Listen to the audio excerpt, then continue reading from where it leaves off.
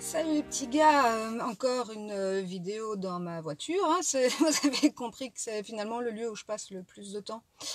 Dans ma carrière, j'ai eu l'occasion de travailler dans un service d'urgence où les enfants et les adultes n'étaient pas séparés, ce qui fait que j'ai eu l'occasion de donner des soins à des enfants.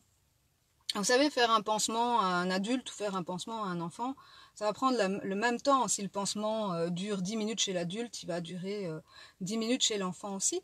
Mais ce qui prend du temps vraiment dans les soins aux enfants, c'est la préparation. Si vous voulez que le soin se passe bien, il faut prendre le temps de préparer l'enfant. Et ce temps est primordial. Il faut expliquer comment le soin va se passer, il faut montrer sur une partie du corps qui est pas douloureuse. Il faut surtout pas mentir.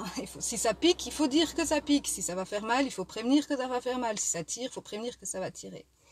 Et là, j'ai vraiment l'impression que les enfants, c'est nous, littéralement. J'ai encore eu l'occasion hier de voir passer un article dans la presse. C'est un article qui, en d'autres temps, en d'autres circonstances, j'espère, aurait fait bondir la plupart d'entre nous de leur siège en se disant « mais c'est quoi cette histoire? Il faut absolument qu'on ait des éclaircissements ». Et avant de faire ce live et d'en parler, je me suis dit « bah tiens, je vais un petit peu attendre et voir ce qui se passe sur les réseaux sociaux, voir si les gens réagissent ». Et à mon grand désespoir, pas du tout. Alors cet article, c'était un article qui nous parlait des essais cliniques prometteurs du futur vaccin Covid-19. Il était construit assez classiquement, où d'abord on nous expliquait, je l'ai pas lu, hein, j'ai vraiment lu que les titres, où on nous expliquait les difficultés rencontrées par la recherche. Et puis après, on nous expliquait les essais cliniques et waouh, génial, les super résultats des essais cliniques. Et puis il y avait un tout petit encart, vous savez, la préparation des enfants à des choses inacceptables. Il y avait un tout petit encart de 5 lignes, vraiment pas très grand, qui nous expliquait comment ça allait se passer. Voilà, c'est vraiment ça, c'est comme des gosses.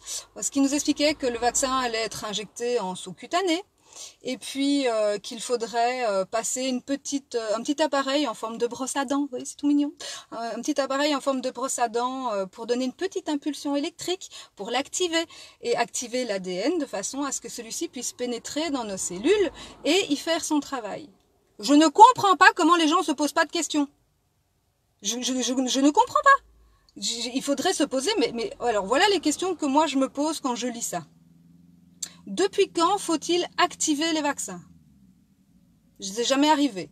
Ah ouais, mais Isa, on va quand même pas râler. On avance dans la science, on avance dans la technologie.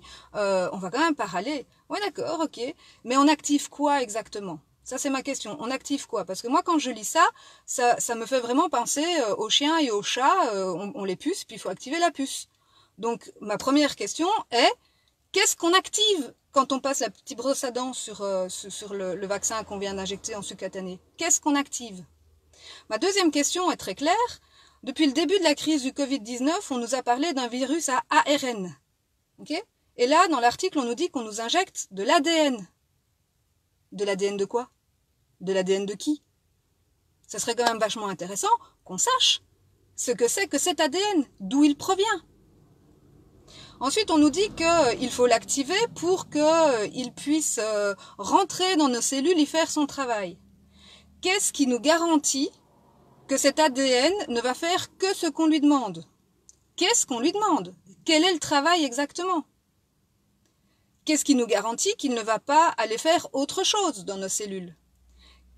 Qu'est-ce qui nous garantit que cet ADN ne va pas aller changer notre génome? Qu'est-ce qui me garantit, si je fais vacciner mes enfants, que cet ADN qu'on injecte à mes enfants ne va pas aller transformer leur génome? Combien de temps? De façon permanente? Quelle transformation?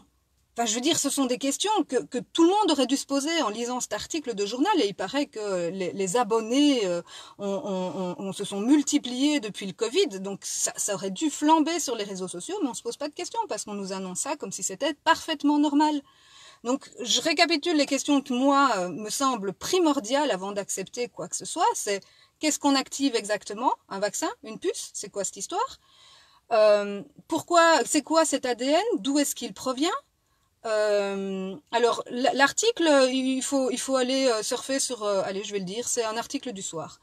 Qu'est-ce que c'est que cet ADN? D'où provient-il? Alors que le virus est un virus à ARN. Quel est le travail qu'on lui demande de faire? Qu'est-ce qui nous garantit qu'il ne va pas aller faire autre chose dans nos cellules? Combien de temps? Est-ce que ce sera de façon permanente? Et puis, je peux vous assurer que les réponses, ils les ont pas. Tout simplement parce que s'il y a des modifications dans notre ADN, ben ça va se voir sur le très très long terme, clairement pas sur les 24, 48 ou 72 premières heures, même pas sur la semaine ou le mois. Et je voudrais aussi signaler que, encore toute l'espèce d'effervescence qu'il y a eu autour de l'hydroxychloroquine. Alors en Belgique, la situation était un peu différente parce que c'est un médicament qui n'a jamais été en vente libre, c'est un médicament qui a toujours été prescrit, donc le scandale n'est pas exactement le même, mais en France, il a été délivré pendant toutes ces années en vente libre, et puis subitement, il a dû être prescrit, et puis il a été même interdit de prescription, sous prétexte qu'il fallait faire des essais randomisés en double aveugle. Eh bien, je pense qu'avec une nouvelle technologie de vaccin qui introduit de l'ADN d'origine XYZ dans le corps humain, on devrait clairement exiger les mêmes types d'exigences sanitaires et de contrôles, c'est-à-dire des contrôles en double aveugle contre placebo, ce que nous n'obtiendrons visiblement pas puisqu'ils sont prêts à essayer de nous les refourguer pour la deuxième vague du mois d'octobre. Voilà, c'était les réflexions que moi je me pose par rapport à cet article que j'ai lu. C'est vraiment très inquiétant, d'autant plus que, je vous le dis, sur le long terme, on n'a pas la moindre idée de ce que cet ADN va aller faire dans nos cellules. Voilà, je vous laisse à vos réflexions et je vous souhaite une excellente journée. À bientôt!